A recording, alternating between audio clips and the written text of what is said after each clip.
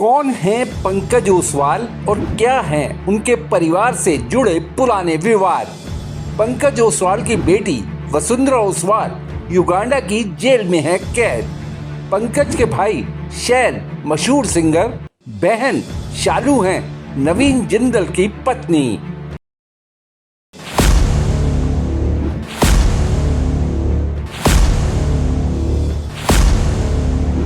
Switzerland में 1649 करोड़ रुपए की आलीशान विला में रहने वाले भारतीय मूल के बिजनेसमैन पंकज ओसवाल का नाम 1 अक्टूबर 2024 से सुर्खियों में है। वजह है उनकी बड़ी बेटी वसुंधरा ओसवाल का युगांडा में नारकीय हालात में जेल में होना। पंकज ओसवाल की संयुक्त राष्ट्र से बार बार गुहार और युगांडा के राष्ट्रपति योवेरी मुसेवेनी को चिट्ठी लिखे जाने के बावजूद वसुंधरा ओसवाल को अब तक जमानत नहीं मिल सकी है। हालांकि ओसवाल परिवार के जिस पुराने मुलाजिम मुकेश मेनारिया की किडनैपिंग और हत्या की कोशिश के आरोप में 1 अक्टूबर को वसुंधरा को गिरफ्तार किया गया था, वो एनटीवी युगांडा की 16 अक्टूबर की रिपोर्ट के मुताबिक वसुंधरा के खिलाफ सारे आरोप वापस लेने को तैयार हो गया। फिर भी वसुंधरा को अब तक कोई राहत नहीं मिल सकी है। पंकज ओसवाल का आरोप है कि युगांडा के भ्रष्ट अधिकारी वसुंधरा को जेल में बुनियादी सुविधाएं देने के लिए भी लाखों डॉलर की मांग कर रहे हैं। उधर युगांडा के जेल अधिकारियों ने पंकज ओसवाल के इन आरोपों को बेबुनियाद बताया है। उनका कहना है नियमों के मुताबिक ही वसुंधरा ओसवाल से जेल में क्लीनिंग ड्यूटी कराई जा रही है।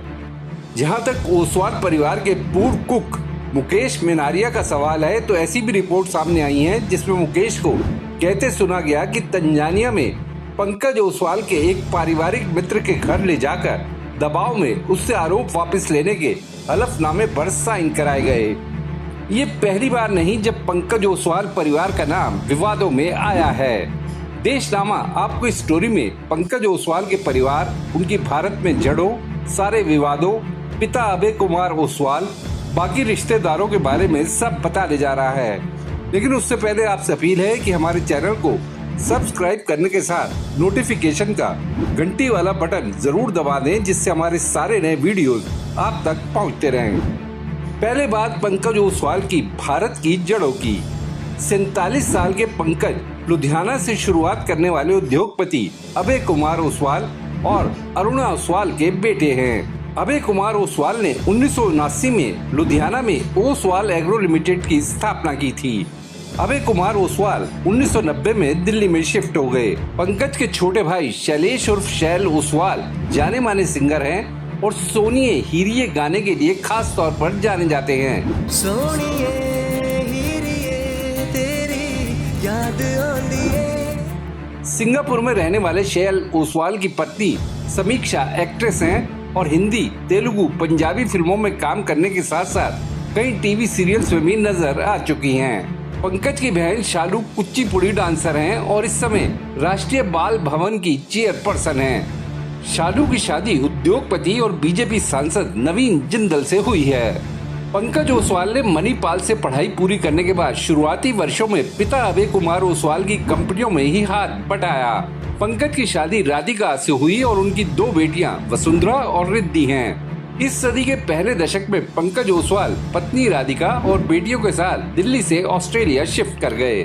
पंकज के पिता अभय कुमार ओसवाल की ओर से स्थापित की गई कंपनियों ओसवाल एग्रो मिल्स और ओसवाल ग्रीन टेक की देखरेख अब पंकज के छोटे भाई शैल ओसवाल के हाथों में है। अभय कुमार ओसवाल का निधन रूस के टूर के दौरान 29 मार्च 2016 को मॉस्को में दिल का दौरा पड़ने से हुआ। उनके निधन के बाद संपत्ति के बंटवारे को लेकर पंकज ओसवाल और उनकी मां, बहन और भाई के बीच कानूनी लड़ाई हुई। पिता के निधन के 11 महीने बाद पंकज ओसवाल ने 4 फरवरी 2017 को दिल्ली हाई कोर्ट में लीगल सूट दाखिल कर पिता की संपत्ति में 1/4 हिस्सा देने की मांग की।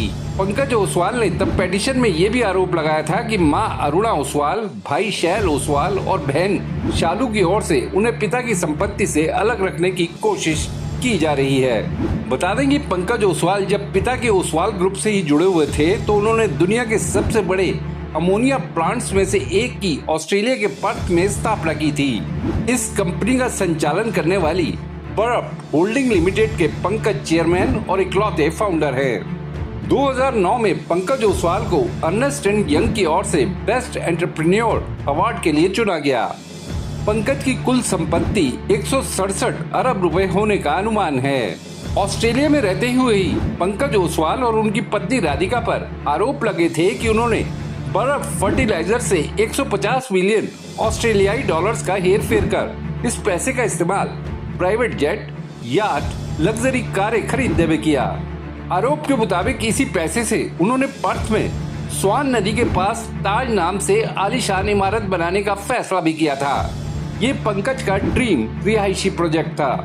इसके लिए 2007 में पंकज और राधिका ने पर्थ के पेपरमिंट ग्रोव इलाके में 22.7 मिलियन ऑस्ट्रेलियाई डॉलर में 6,582 वर्ग मीटर जमीन खरीदी।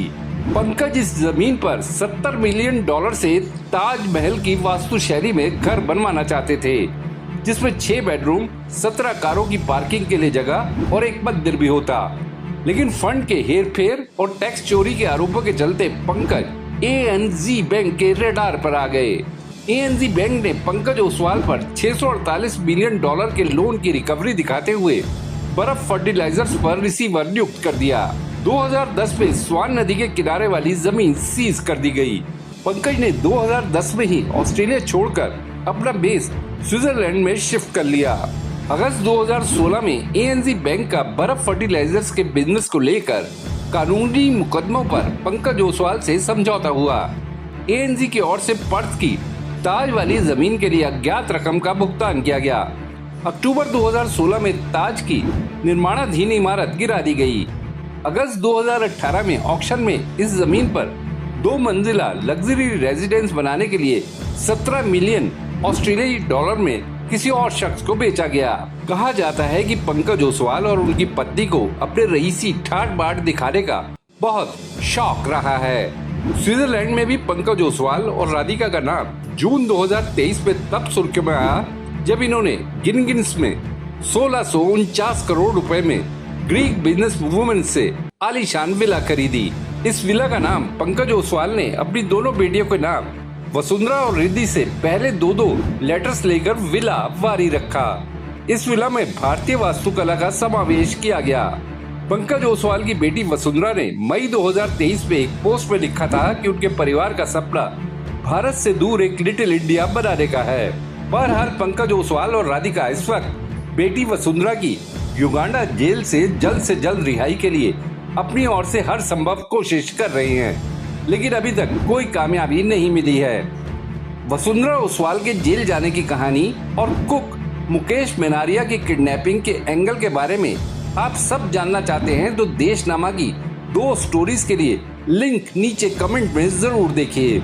देशनामा के लिए खुशदीप सहगल की रिपोर्ट। आपको ये वीडियो कैसा लगा या अगर आपके दिमाग में कोई सवाल है तो कमेंट बॉक्स में जरूर बताइएगा। वीडियो पसंद आया तो लाइक शेयर करना ना भूलिएगा। आपने देशनामा को सब्सक्राइब और नोटिफिकेशन के लिए घंटी वाला बटन दबा ही दिया होगा। फिर मुलाकात होगी आपसे, तब तक के लिए नमस्कार।